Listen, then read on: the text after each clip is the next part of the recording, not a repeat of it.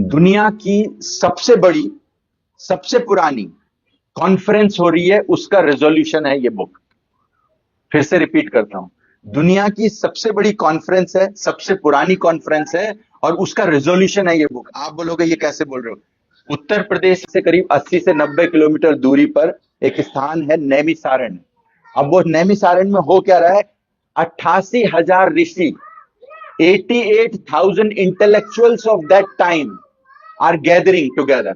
मतलब 88,000 ऋषि एक तरफ आए, एक साथ आए, एक जगह इकट्ठे होके, वहां पर आके, कलयुग से पहले का टाइम है, कलयुग शुरू होने वाला है। चिंता उनकी कितनी बड़ी है कि कलयुग का टाइम है, आने वाला है, लोगों को इस कलयुग में दुख प्राप्त होने वाला है, इसलिए इनका कल्याण कैसे हो, इसके सॉल्यूशन के लिए वो इकट्ठे हुए हैं। मैंने रिसर्च करी, मैंने बोला 88,000 ऋषि आज से कम मिनिमम टाइम स्केल में 8,000 साल पहले इकट्ठे हो रहे हैं। सबसे बड़ी कॉन्फ्रेंस है इंटेलेक्चुअल्स की।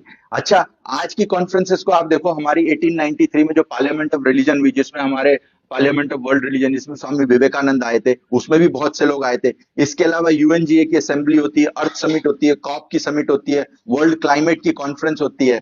इन सभी कॉन्फ्रेंसेस में गैदरिंग होती है, उसमें रेजोल्यूशन पास होते हैं। उसके बाद उनके रिप्रेजेंटेटिव्स को बुलाते हैं, अपने अपने देश में जाओ, इस मैसेज को पहुंचाओ।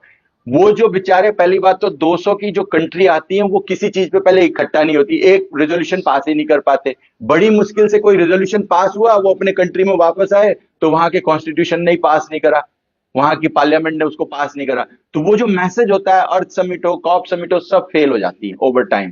कोई भी ऐसी समिट नहीं है, वो नहीं है। अब यहां पर देखो, 8,000 साल पहले 88,000 ऋषियों ने मिले, सूत जी महाराज से मिले, और उन्होंने बोला इस कॉन्फ्रेंस को करते हैं, और वहां पे रेजोल्यूशन पास हुआ। एक कथा, सूत जी ने बोली ये कथा है, और 88,000 ऋषि पूरे इंडियन सब कॉन्टिनेंट में वापस गए, अपने अपने गांव, जिले, कस्बे में गए, और इस पूजा को ऐसा प्रचार किया। मैंने कैलकुलेट किया कि 72 बिलियन टाइम्स 5,000 साल में इस कथा को हर घर तक पहुंचा दिया। आज इसका यह हुआ कि 5,000 मील दूर भारत से, और 8,000 साल पहले जिस कथा को, जिस रेजोल्यूशन को एक कॉन्फ्रेंस ने पास किया, उसको आज हम यहां भी पढ़ रहे हैं।